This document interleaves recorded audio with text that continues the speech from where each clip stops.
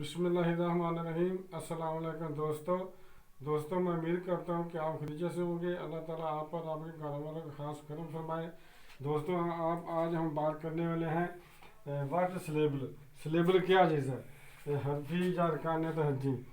दोस्तों अभी तक आपने मेरा चैनल सब्सक्राइब नहीं किया तो मेरे चैनल को सब्सक्राइब कर लें ताकि मेरी आने वाली अच्छी से अच्छी वीडियोस आपको मिलती रहें। दोस्तों बात करते हैं, किसी लंबे लफ्ज़ को एकदम ज़ुबान से अदा नहीं किया जा सकता। लफ्ज़ का इतना हिस्सा जो मुंह से एक दफ़ा बगैर किसी रुकावट के निकले वो स्लेबल कहलाता है। इसका फ़ायदा यह है कि बड़े अल्फाज के टुकड़े करके इसके हिजे यानी स्पेलिंग आसानी से याद कर लिए जाते हैं। स्लेबल की मतअद्दिद अक़साम है। नंबर 1, वो लफ्ज़ जो एक से ज़्यादा हिस्सों में तकसीम ना किया जा सके, मसलन to, so, cat, bad, rat, ये एक ही दफ़ा ज़ुबान से निकल आते हैं।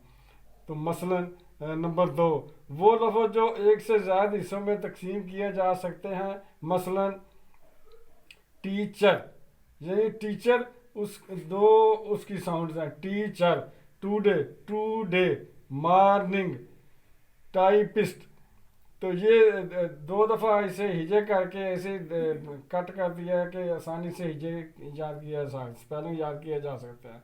नंबर 3, 3 हिस्सों में तकसीम होने वाले अल्फाज, मसलन टुमारो, यस्टरडे, ट्रैवलर, ये 3 हिस्सों में तकसीम हो गए हैं। इसे हिजे के स्पेलिंग भी इसके आसानी से याद किए जा सकते हैं। नंबर 4, 4 हिस्सों में तकसीम होने वाले अल्फाज ये ज़रा बड़े अल्फाज होते हैं, इसलिए हिजे याद करने के लिए इनको 4 हिस्सों में तकसीम कर लेते हैं।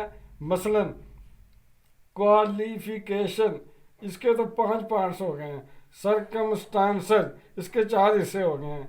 तो इसलिए इससे ये कर लेते हैं तो ताकि आसानी से स्पेलिंग याद किए जा सके। तो ऐसे लफ्ज़ को स्लेबल कहते हैं, अरफी उर्दू में अरफी या अरकान तहजी कहते हैं। तो दोस्तों वीडियो देखने का शुक्रिया। दोस्तों अभी तक आपने मेरे चैनल को सब्सक्राइब नहीं किया तो चैनल सब्सक्राइब कर लें ताकि मेरी आने वाली अच्छी से अच्छी वीडियो आगे मिल सके। पहले से कमेंट्स दे दें। दोस्तों अगर कोई बात पूछनी हो तो कमेंट से मुझसे पूछ सकते हैं। तो इंशाल्लाह दोस्तों मिलते हैं अगली वीडियो में। अस्सलाम वालेकुम, खुदा हाफिज़।